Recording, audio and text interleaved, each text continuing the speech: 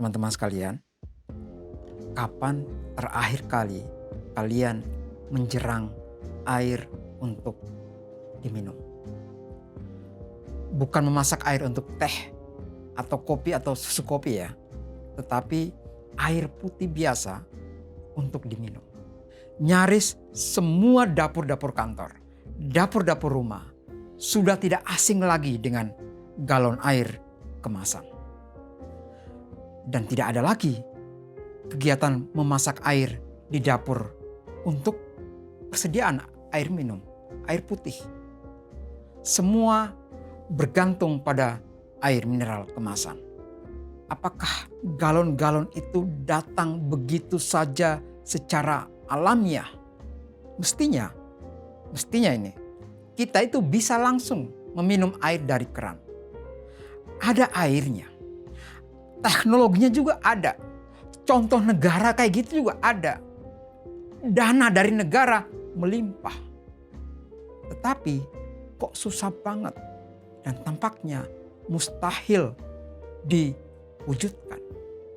Di Jas Merah kali ini, saya Muhyiddin M. Dahlan, dokumentator partikelir dan tukang clipping amatir di Indonesia, mengajak kalian semua, teman-teman sekalian, untuk melihat secara kritis bagaimana semua itu terjadi.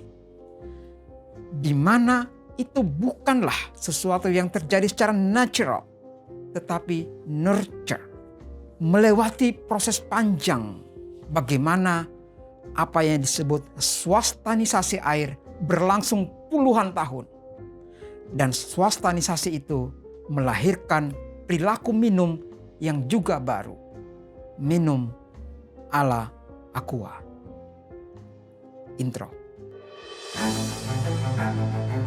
Adalah pertama-tama dan pada tahap utamanya membangun jiwa bangsa.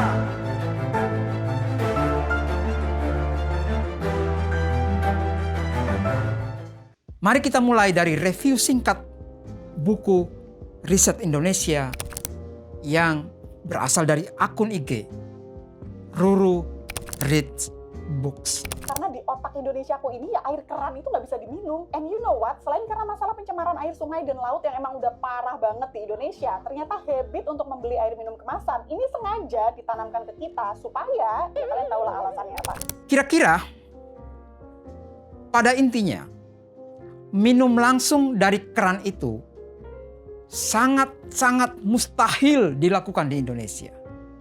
Kalaupun ada, itu eksperimen-eksperimen kecil dari mereka yang merasakan betapa minum di air keran itu keren. Tapi itu pengalaman di luar negeri. Di dalam negeri, jangan coba-coba minum di air keran. Di kepala kita sejak lahir sudah tertanam doktrin yang sudah mengendap jadi pengetahuan bawah sadar bahwa minum itu mestilah dimasak dulu. Kalau ada air putih yang gak dimasak alias air mentahan dan langsung ditenggak saja, nah itulah air Aqua. Merek ini teman-teman sekalian bukan merek produk kaleng-kaleng. Di bisnis raksasa air mineral kemasan, Aqua itu adalah leader. Maharajanya air minum. Sinuwunnya air mineral kemasan. Bahkan Aqua sudah bukan lagi merek. Dia beyond, melampaui itu semua. Aqua itu sudah jadi diksi untuk menyebut saya minum air mineral. Minum apa? Minum Aqua. Padahal di tangannya jelas-jelas merek yang lain. Bagaimana Aqua ini bisa mengubah cara kita menghadapi air minum? Bagaimana sosok Tirta Utomo berdagang dengan birokrasi di Indonesia menjadikan menteri, bahkan menteri lingkungan hidup menjadi dalam tanda kutip ambasador produk perusahaannya. Bagaimana politik swastanisasi air ini menjadikan warga negara kehilangan hak konstitusionalnya mendapatkan air yang layak dan gratis dari negeri yang bentang airnya lebih luas ketimbang daratannya. Kita bisa menyusuri ini semua lewat iklan-iklan Aqua. Sebagai tukang clipping amatir, saya tidak mungkin melewatkan iklan. Saya nggak mungkin membuang dan menggunting iklan. Saya memandang, teman-teman sekalian, iklan-iklan itu sebagai sejarah thing, sejarah benda-benda. Semakin lama benda itu ada dalam perhatian publik, semakin kita percaya betapa hebatnya politik pemasaran dari produk yang bukan sekedar produk. Saya pertama kali mengenali nama Tirto Utomo justru dari artikel yang ditulis oleh Farid Gaban di majalah Editor.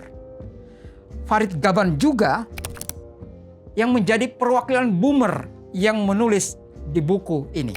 Coba, namanya pertama ini Farid Gaban.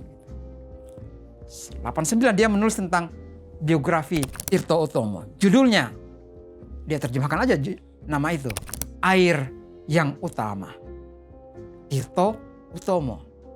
Pada masa itu, bisnis air kemasan dari segi ide memang kelihatan gak waras. Bayangkan, ada pengusaha dari daerah Wonosobo mau-maunya memperjualbelikan air putih gitu. Lah, kan di warung-warung itu ya, air putih itu kan gratis. Kalaupun ada air yang dijual, pastilah itu air yang berwarna. Pastilah itu air yang berasa, air yang berbau. Macam Sprite, Cola, Fanta. Nah, itulah air yang bisa dijual. Ini air putih. Memang sejak awal pasar yang mau disasar oleh Tirto Utomo ini, Aqua ini adalah orang asing yang berkantor di Indonesia. Makanya nama perusahaannya Golden Mississippi. Dia mengambil kata Mississippi itu, sungai yang sangat besar di Amerika gitu. Dan menurut Tirto Utomo itu sekedar gimmick. Hanya untuk menarik perhatian orang asing aja. Nggak ada hubungan sama perusahaan di Amerika sana. Di tahun 80-an teman-teman sekalian, atau setelah satu dekade Aqua hadir di banyak kantor, omsetnya muncrat kemana-mana. Omsetnya sekitar 30-an miliar di kuartal akhir dekade 80-an. Coba, siapa yang nggak kepincut? Maka lahirlah pemain-pemain lain. Semua ikut serta menambang uang dari bisnis air tawar. Macam-macam nama mereka. Ada Aquarian, Aquarius, ada Oasis, Ades, Avis, Snow, Jafar, Spalin, ada Spring. Pokoknya banyak banget. Di tengah persaingan itu, iklan-iklan Aqua makin gencar. Sampai kemudian kehebohan itu muncul. YLKI melakukan riset yang bekerja sama dengan Kompas waktu itu, mempersoalkan kandungan bakteri E. coli dalam minuman kemasan itu. Pemicu riset YLKI ini adalah ada kasus konsumen, kalau nggak salah di Bandung, yang menemukan di air kemasan ini berlendir, teman-teman sekalian. Macam-macam pengaduannya gitu ke YLKI. Ada yang bau sabun, ada juga yang menemukan bangkai serangga cuilik gitu, terkapar di dasar botolnya gitu. Nah, di beberapa kota, Aqua ini dianggap steril menurut riset ini.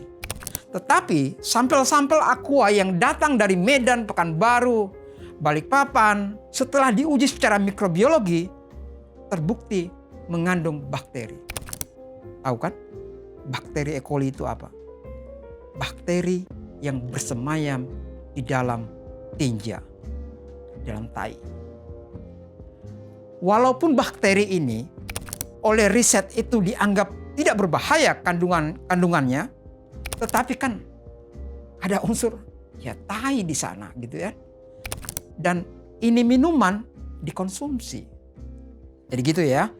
Nah, tantangan kedua selain bakteri tinja tadi itu adalah perang merek.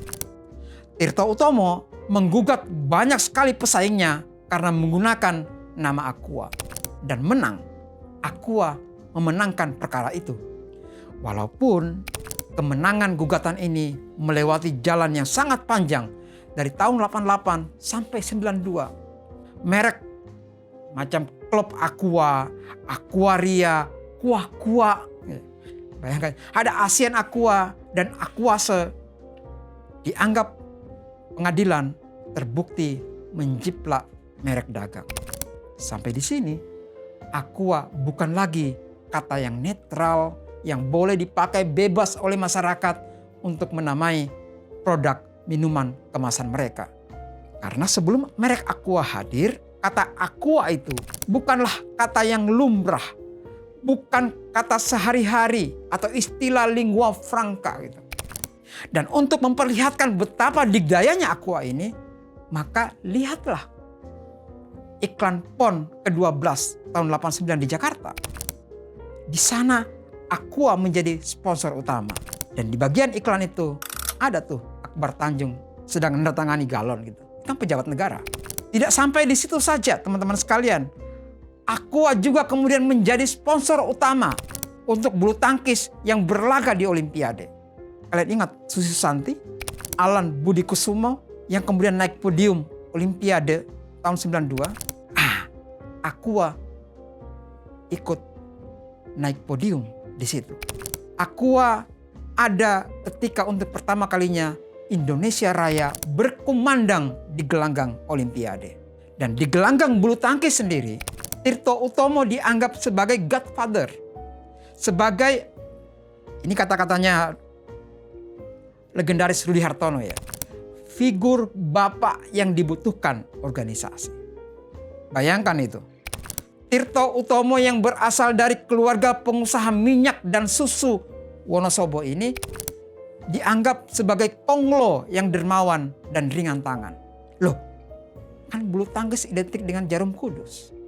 Iya sih, tapi kalau bulu tangkisnya capek, ya minum juga lah. Jadi saat Aqua menjadi lifestyle, ketika lidah kita ini mudah mengucapkan Aqua, itu semua terjadi karena kehadirannya yang sangat masif dalam berbagai operasi pemasaran. Tetapi jalan pemasaran aja nggak cukup bagi Aqua. Aparatur negara sebisa mungkin harus dipeluk, dirangkul. Syukur-syukur bisa menjadi duta atau ambasador produk itu. Dan itulah yang terjadi di dalam sejarah minuman yang satu ini. Aqua dan Menteri Lingkungan Hidup. Menteri yang mestinya bertanggung jawab menyiapkan air minum yang bermutu dan gratis bagi warga negara justru jadi ambasador produk air minum kemasan. Mengapa Aqua kepikiran harus nitip sandal di birokrasi negara? Ya karena di birokrasi itu ada kunci izin di sana teman-teman sekalian. Salah siasat itu bisa rungkat. Dan itulah yang dialami industri air kemasan dengan kasus di Jawa Tengah. Beberapa merek tumbang karena soal perizinan.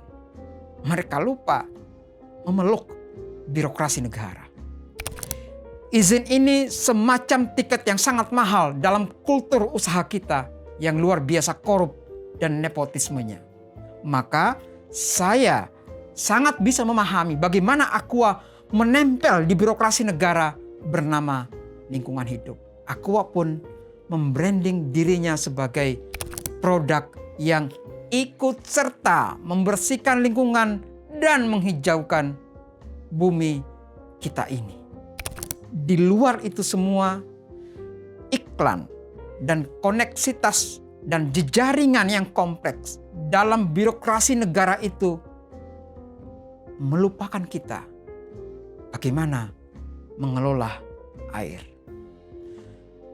Kita seperti negara yang pandir dengan teknologi filterisasi air minum yang biasa dipakai oleh industri air kemasan. Kebijakan swastanisasi air melupakan kita bagaimana mengamalkan, mempraktekkan tuntutan konstitusi yang menyebut bumi, air, kekayaan alam dikuasai negara demi kemakmuran rakyat. Di sana itu, di konstitusi itu, di frase demi kemakmuran rakyat, terkandung unsur inovasi dalam pengelolaan.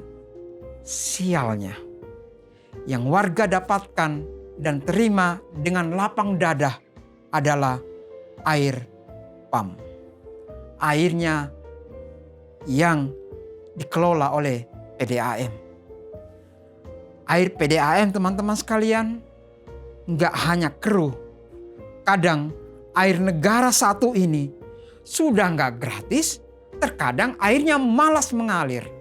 Mengalirnya suka-suka dia lagi. Tapi mesti saya akui bahwa Tirto Utomo adalah pengusaha yang sangat jenius. Pejabat negaranya yang pandir. Kitanya yang dapat apesnya. Sudah menjawab kan mengapa warga negara ini tidak pernah mendapatkan pengalaman bagaimana minum langsung dari air keran. Minum air keran, teman-teman sekalian, sudah kayak aktivis yang utopis gitu. Saya Muhyiddin M. Dahlan, dokumentator partikelir, tukang clipping amatir di Indonesia. Sampai jumpa.